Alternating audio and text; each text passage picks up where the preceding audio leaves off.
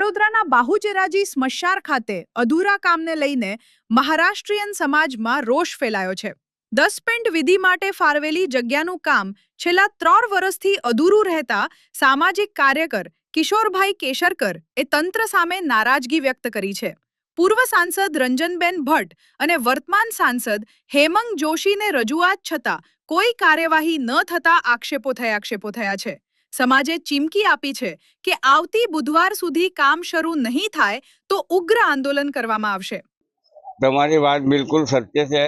અમને જ્યારે 2023માં સમગ્ર બહુચરાજી સ્મશાનનું રિનોવેશનને અમારી પાસે જ્યારે અમને ગેરંટી આપી કોર્પોરેશને અને રંજનબેન તે વખતે ચાલુ સાંસદ હતા, ત્યારે અમને 1.5 થી 2 વર્ષમાં સંપૂર્ણ સ્મશાન અને મહારાષ્ટ્રીયન સમાજની જે જગ્યા છે એનું તૈયાર કરી આપવાની લેખિતમાં ગેરંટી આપેલી, મૌખિક પણ ગેરંટી આપેલી। આજે સ્મશાન બાજુમાં ચિતાઓનું જે સ્મશાન છે એ તૈયાર થવાની તૈયારી છે, જ્યારે આપણે 10 પેટની વિધિ જે મહારાષ્ટ્રીયન સર્વ સમાજની વિધિ અહીં થાય છે, પરંતુ છેલ્લા 3 વર્ષના ઉપરાંતનો સમય થયો, હજી 10 પેટવાળી જે વિધિ જે થાય છે એ જગ્યા જે રૂમ છે આવેલી છે, જે 70 બાય 70ની કંઈ બનાવવાની ગેરંટી આપેલી છે, હજુ બનાવેલી નથી ને એના માટે અસંખ્ય વાર અમે આપણા મહારાષ્ટ્રીયન કોર્પોરેટરને પણ મળી ચૂક્યા છે, કોર્પોરેશનમાં આવેદનપત્ર આપ્યા છે। નવા ચૂંટાયેલા જે સંસદ સભ્ય છે હેમાંગ જોશી, એમને બી અવારનવાર મૌખિક રૂબરૂ ચર્ચા કરેલી છે, એનું પરિણામ શૂન્ય આવેલું છે। એટલે હવે મારી ઈચ્છા એક જ છે કે હવે સમગ્ર મહારાષ્ટ્રીયન સમાજ, અત્યારે આપણે ચૈત્રી ગુડી પાડવો છે, કાલનો દિવસ છોડી અને પછી બુધવારે સવારે 10 વાગે તમામ મહારાષ્ટ્રીયન સમાજને હું આપના માધ્યમથી એકત્ર થવાની અને અહીં પ્રેસ કોન્ફરન્સ કરી અને આનું કામ જો વહેલી તકે ચાલુ ના કરે તો ગાંધી ચિંધા માર્ગે આંદોલન કરવાનું અમે નક્કી કરેલું છે।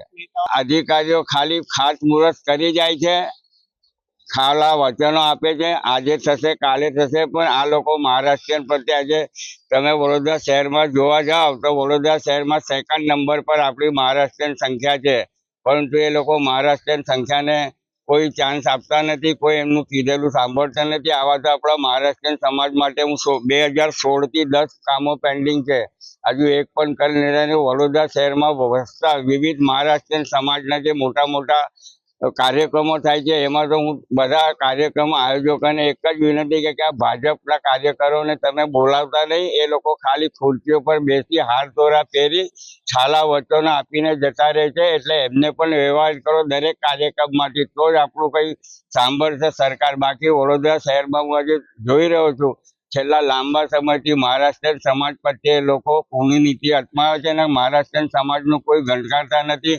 એરપોર્ટ સમિતિનું કામ બાકી છે, આ ડસ્ટબિનનું કામ બાકી છે, અમુક વાલીની જગ્યા માગીએ છીએ કે મહારાષ્ટ્રીયન સમાજને શુભ પ્રસંગે કોઈ વાલી આપો, એ આપતા નથી। એટલે આના માટે હવે એક જ છે ગાંધી ચિંધા માર્ગે આંદોલન કરવાની, અને એ પહેલાં અમે એક વખત જે વહીવટદાર નિમાયા છે શાલિનીબેન અગ્રવાલ અને મ્યુનિસિપલ કમિશનર અરુણ મહેશ બાબુ, એમને એક વખત મળીશું અને જો એ પોઝિટિવ નિર્ણય લઈને વહેલા તકે એનું કામ ચાલુ કરે 10 પેટ જગ્યાનું તો સારું છે, ને તો આંદોલન માર્ગ જ એક રસ્તો રહેશે। હું કિશોરભાઈ કેસારકર, વડોદરા મહારાષ્ટ્રીયન સમાજના સામાજિક કાર્યકર છું।